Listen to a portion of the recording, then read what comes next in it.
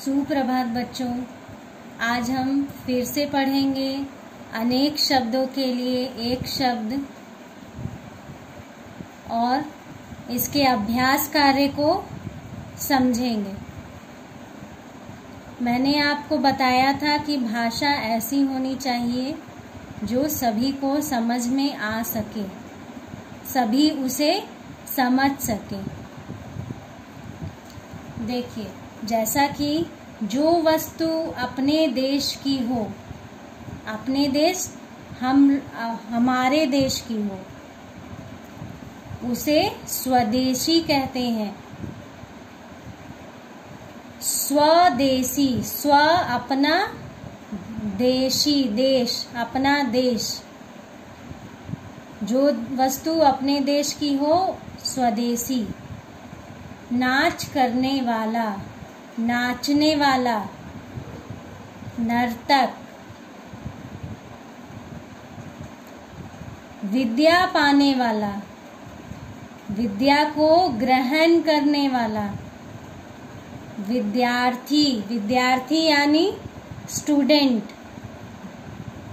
अभी आप क्या कर रहे हो? अभी आप विद्या ग्रहण कर रहे हो, विद्या को पा रहे हो, तो आप क्या हुए?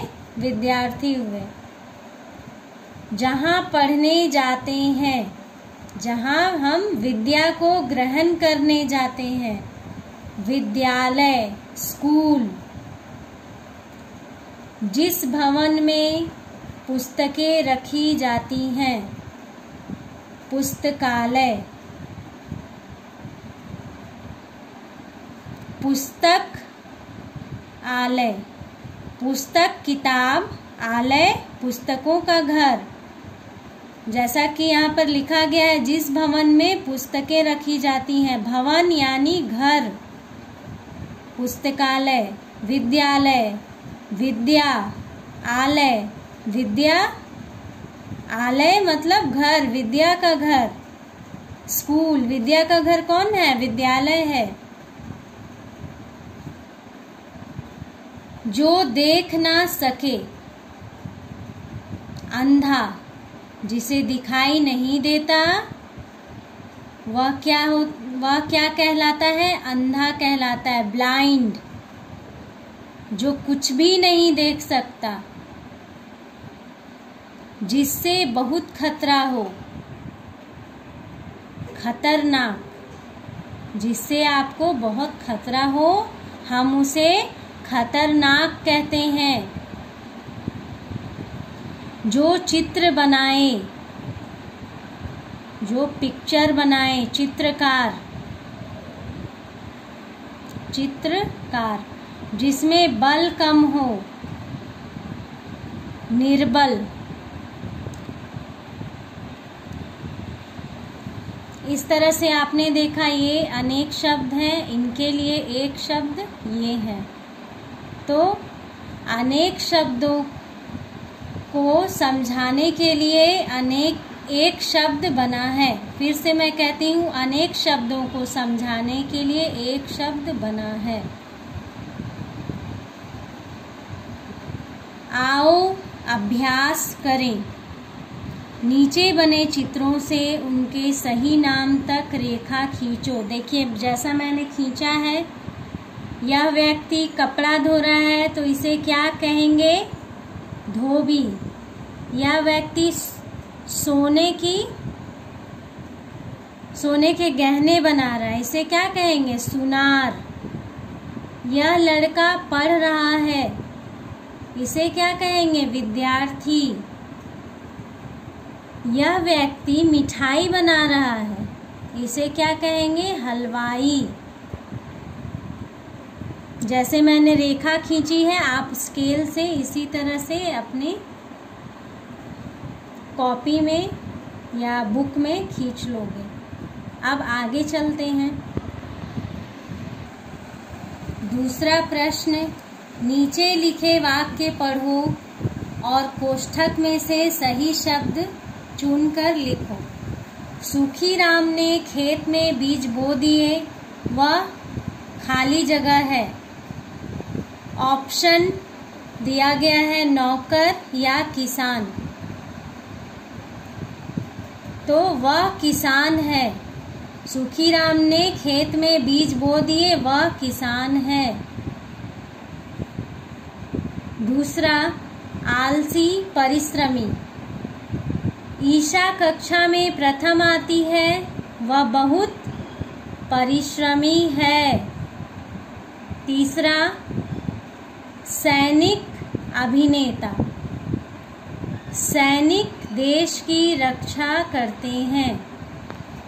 चौथा, स्वदेशी या विदेशी। गांधी जी ने